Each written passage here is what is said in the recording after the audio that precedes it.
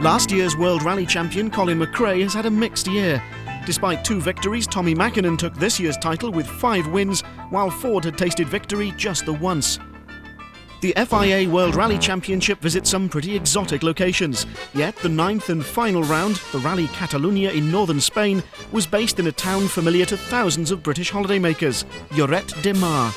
The 18 all-tarmac stages would decide the Manufacturers' Championship, which was still up for grabs. Huge crowds lined the mountain roads, and nearly all of them were there to cheer on one man, Carlos Sainz. The local hero won here last year and was favourite to repeat that victory in 1996. However, after McRae's 3 accidents this year and Tommy Mäkinen's spectacular retirement in San Remo last month, in Catalunya it would be Sainz's turn.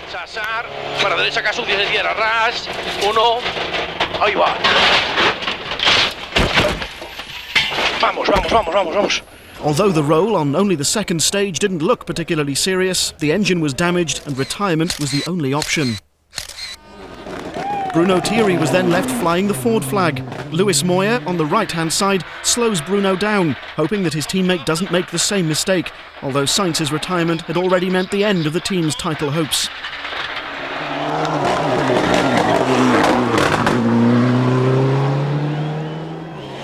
The new drivers' champion Tommy Mäkinen also had a scare on the same bend, although unlike Sainz, luck was obviously on his side.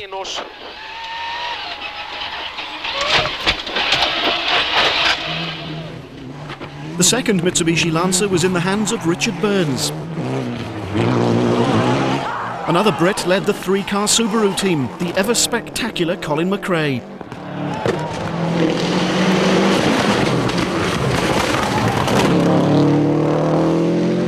This time, though, for a change, it was Kenneth Eriksson who was the most spectacular. On one occasion, he was lucky to get away unscathed after a close encounter with a barrier.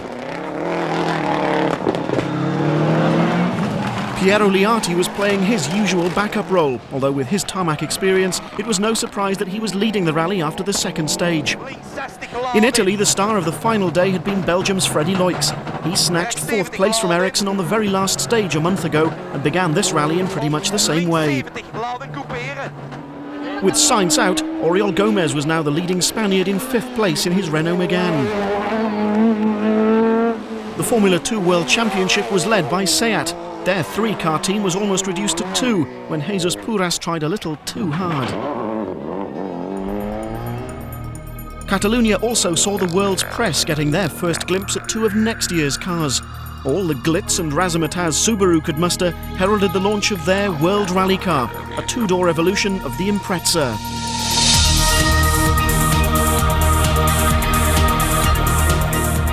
More muscular looking than the present car, it's already had its first test in the hands of Colin McRae, who pronounced himself well pleased with its performance.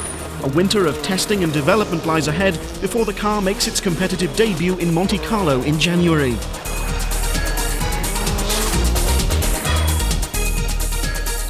More down-to-earth was the launch of Ford's new Escort. All the sideshows couldn't detract from the unveiling of this World Rally car, just as aggressive looking as the Impreza, although Ford admit that their test program isn't quite as advanced as Subaru's. This car, though, will also compete for the first time in Monaco. But we still had one event left this year. At the start of day 2, Liati's priorities were simple: extend his lead. 2nd-placed Bruno Thierry began leg 2 badly. A poor tyre choice immediately dropped him a place on the very first stage of the day.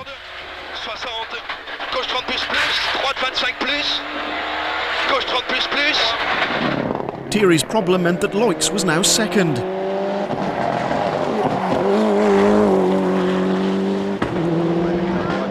McRae was having a superb day, with the Subaru team's tyres seemingly coping better with the conditions than those of Ford and Mitsubishi. It was the same time as Piero, but everyone else was a bit slower. The Pirellis were obviously working a lot better on the harder stages. Obviously it's a combination of everything. It's the driver, a lot to do with the car, and obviously the tyres, so everything else has to be in balance. It's a game of chess. Sometimes you get it right, sometimes you don't. The tyre choice that was made in conjunction with our tyre experts wasn't good enough, and the tyres just wore away. They lost grip, and the result is we lost 20 seconds to Piero. Oriol Gomez began the day well, although problems weren't too far away. he dropped to 9th when this puncture cost him around 45 seconds on stage 8. 33 més. L'esquerra 4 menys 50. Esquerra 4 més 150.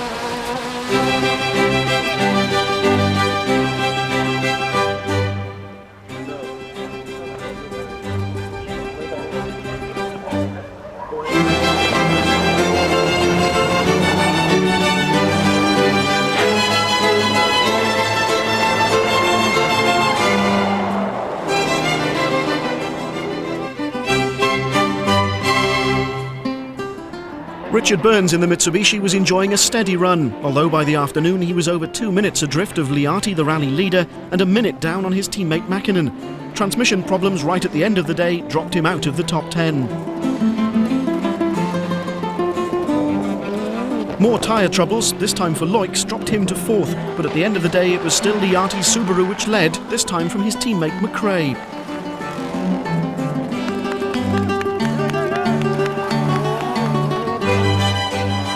After his retirement on day 1, Luis Moya was now in the commentary box. Lleva Jesús, que está haciendo un extraordinario rally. Porque... Mírale, mírale. ¡Uy! Bueno, hasta este momento. Eat your heart out, Murray Walker.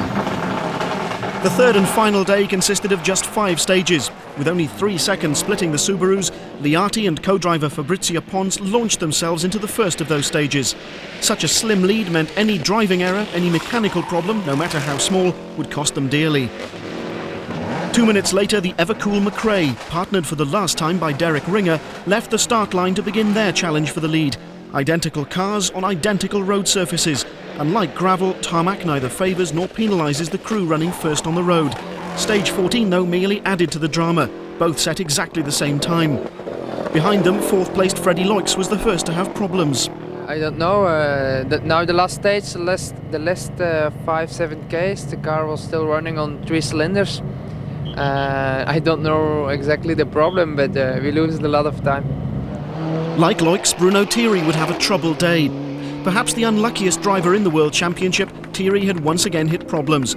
At the end of stage 17, his radio message to the team tells the story. Yes, we have a big problem with the clutch. We are clear of the stage, but we have a big problem with the clutch. His mechanics were able to cure the fault at the next service halt, so Bruno was able to finish 3rd and claim his 2nd podium finish in as many rallies. The cruel, twisting tarmac would claim one more victim before the day was out, however. On the very last stage of the rally, it was Richard Burns in the Mitsubishi who would become the latest in a fairly long and prestigious list of spectacular retirements. 50. Okay, right long. To easy right. 70. Flat left over 120. Damp maybe.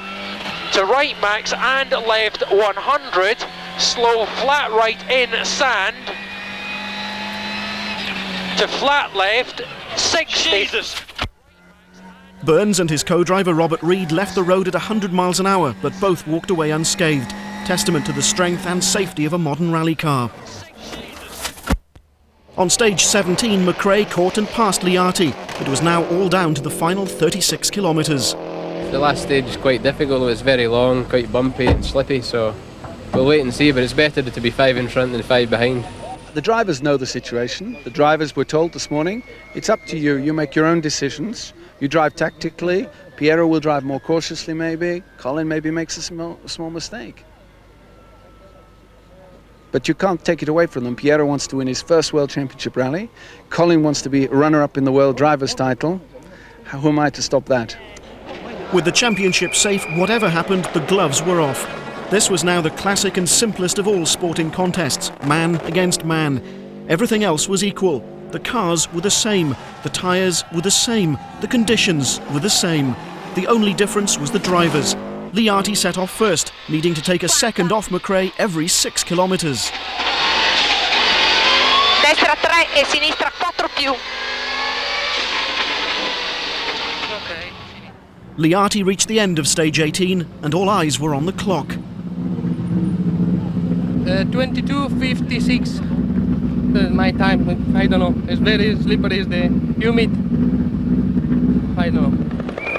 McRae's been described as a bit of an animal often enough, but like a wild animal, he's at his most dangerous when he's cornered. Give him a fight like this one and he rises to the challenge. His commitment was obvious and total.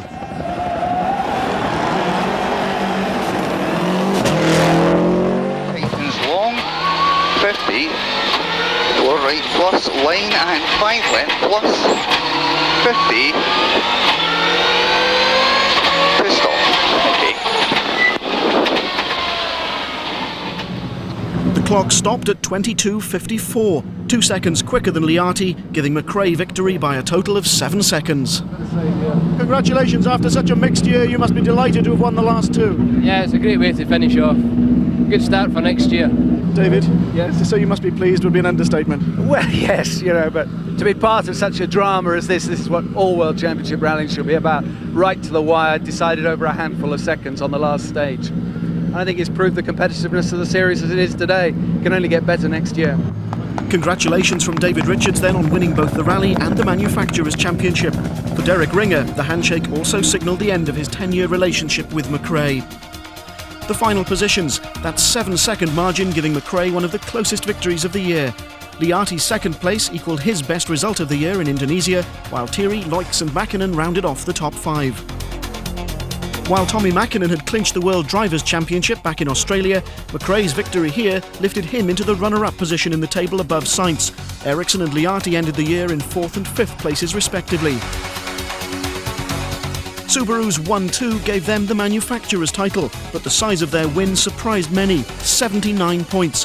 Ford finished a disappointing 3rd. The three faces of this year's World Rally Championship. Delight for Mäkinen, the new drivers' champion. Despair for Sainz, retiring on his home event. And relief for McRae, 2 victories to round off a difficult year.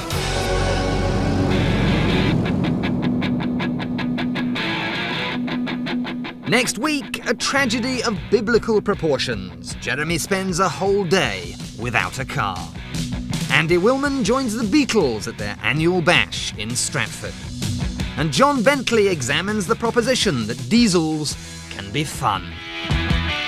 But before all that, don't forget, this weekend it's the RAC Rally. There's a preview tomorrow night, 8 o'clock, BBC 2, plus of course the usual very wonderful Top Gear coverage of the whole event.